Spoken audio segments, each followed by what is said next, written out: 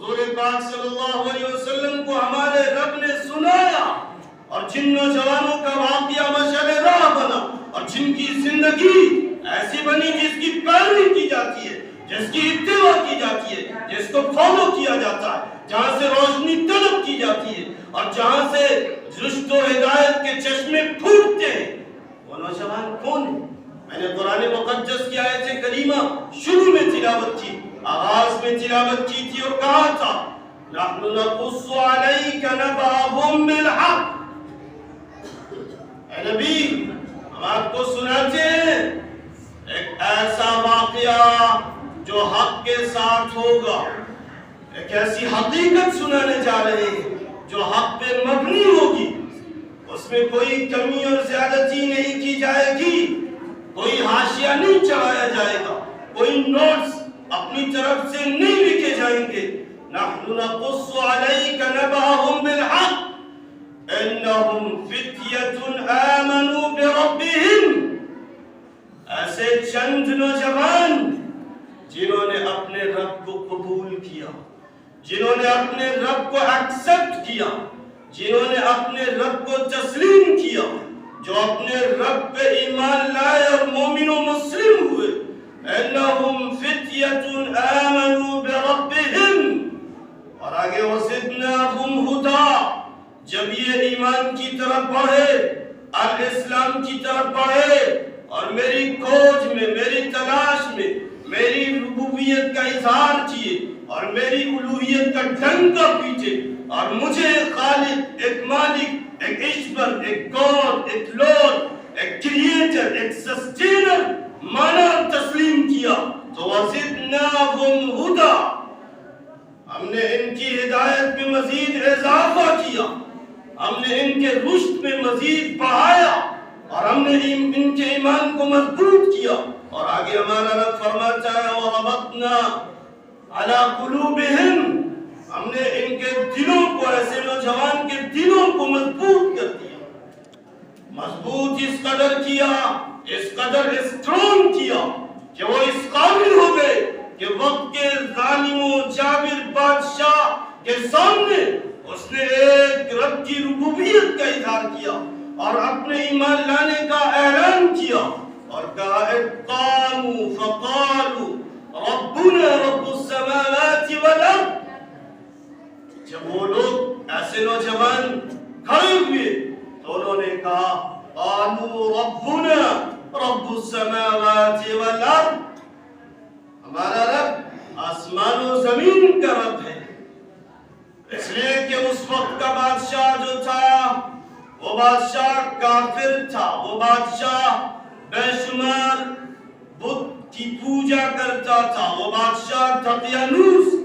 بے شمار اور سینکڑوں دیوی دیوتاؤں کو پوجتا تھا، اس کی پرستش کرتا تھا، اور صرف اس کی عبادت نہیں کرتا تھا بلکہ اس کی عبادت کی طرف اپنی رعیت کو اور اپنی ٹیم کو اور اپنے لوگوں کو اور اپنے ماتحتوں کو دعوت دیتا تھا، اور صرف دعوت نہیں دیتا تھا، جو سینکڑوں معبودوں کی پوجا نہیں کرتے تھے ان پہ ظلم و زیادتی کی جاتی تھی اور انہیں موت کے گھاٹ اتارا جاتا تھا۔ ایسے بادشاہ کے سامنے چند نوجوان کھڑے ہوئے جنہیں اللہ نے قرآن میں جگہ دیا، اور صرف جگہ نہیں دیا، ایک سورہ کے نام سے انہیں یاد کیا، اصحاب کہف، جن کے بے شمار فضائل ہیں، جن کے بے شمار برکات ہیں، جن کے بے شمار فیوز ہیں، جنہیں ہم جمعہ کے دن تلاوت کرتے ہیں، اور جن کی تلاوت سے بے شمار دجالوں سے ہماری حفاظت ہوتی ہے۔ یقیناً ایسے اصحاب کہف جن کی رب نے اس وقت کے دجال سے حفاظت کی تھی، اس وقت کا دجال دقیانوس بادشاہ، اس سے ان کی حفاظت کی تھی۔ نوجوان اصحاب کہف کے نام سے جانے جاتے ہیں، اور قرآن نے انہیں اصحاب کہف کا نام دیا، اور پوری دنیا اسی نام سے وہ جانے جاتے رہیں گے، تا قیامت تک اسی نام سے وہ جانے جاتے رہیں گے۔ تو یہ اصحاب کہف، یہ اللہ کے دیوانے، یہ اللہ کے چہیتے اولاد افراد، یہ نوجوان تھے، انہوں نے اپنے ایمان کا سودا نہیں کیا، انہوں نے اپنے ایمان کو بیچا نہیں، انہوں نے اپنے ایمان کا وضاحتاً اعلان کیا، وہ بھی ظالم و جابر بادشاہ کے سامنے، جو بادشاہ ظالم تھا، جس کی بڑی حکومت تھی، جس کا بڑا اقتدار تھا، جس کی سلطنت بڑی تھی اور جس کے ماننے والے بہت زیادہ تھے، جس کے دربار میں تمام لوگ مشرک و ملحد تھے، کافر تھے، کوئی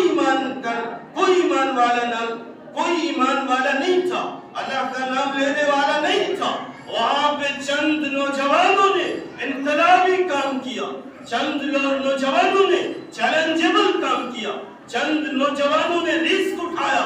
اور بادشاہ کو للکارا اور اس ظالم و جابر بادشاہ کے سامنے اپنے ایمان کا اعلان کیا اور کہا ہے بادشاہ تم جسے مانتے ہو، تم جسے پوچھتے ہو، ہم اسے نہیں مانتے، ہم اسے نہیں پوچھتے، تمہارا رب سینکڑوں دیوی دیوتا ہو سکتے ہیں لیکن ہمارا رب رب السماوات والارض ہے،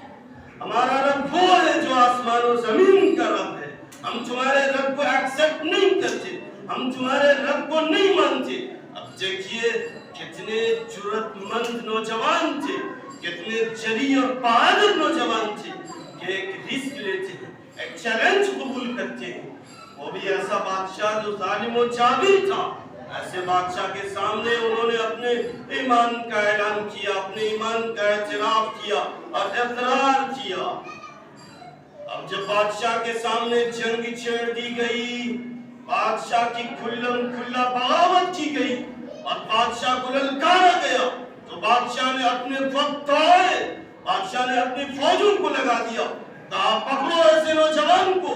جو میری بغاوت پہ اترے، جو میری بے وفائی پہ اترے، جو میرے خلاف محاذ آرائی پہ اترے، جو میرے خلاف جنگ آرائی پہ اترے۔ تو یقیناً ایسے نوجوان کی ہمارے رب نے اچھوتے اور نرالے طریقے سے حفاظت کی۔ ایسے نوجوان کو ہمارے رب نے ایک غار میں پناہ دیا، صرف پناہ نہیں دیا بلکہ 300 سال تک 300 years 300 سال تک، ایک سال نہیں، 2 سال نہیں، 300 سال تک ایک غار میں انہیں سلائے رکھا، ظالم و جابر بادشاہ سے بچاتے تھے، اور وہ اس غار میں سوئے رہے، اور صرف سوئے نہیں رہے بلکہ ان کی حیات ایسی رب نے بنا دی ایسے لگتا تھا کہ وہ بیدار ہے، اس لیے کہ کوئی حملہ نہ کر پائے، کوئی ان پہ اٹیک نہ کر پائے، ان کی آنکھیں بالکل کھلی تھی لیکن وہ بظاہر سو رہے تھے، اور ان کی حفاظت کے لیے رب نے ایک چوکیدار، ایک گارڈ متعین کیا تھا۔ وَقَلْبُهُمْ بَاسِطٌ ذِرَاعَيْهِ بِالْوَسِيطِ، ان کا ایک کتا تھا جو ان کی نگہبانی اور پاسبانی کر رہا تھا، جو ان کی دیکھ ریکھ کر رہا تھا، اور اپنے پاؤں کو پھیلائے ہوئے غار کے دروازے پہ بیٹھا تھا، اور اس کی بھی حیات ایسی تھی، روب ایسا تھا کہ ڈینجرس لگتا تھا، کوئی اس کے قریب جانا نہیں چاہتا تھا۔ پھر رب نے ان کے کروٹیں بھی بدلی، کروٹیں بدلتے رہے، اس لیے کہ جب انسان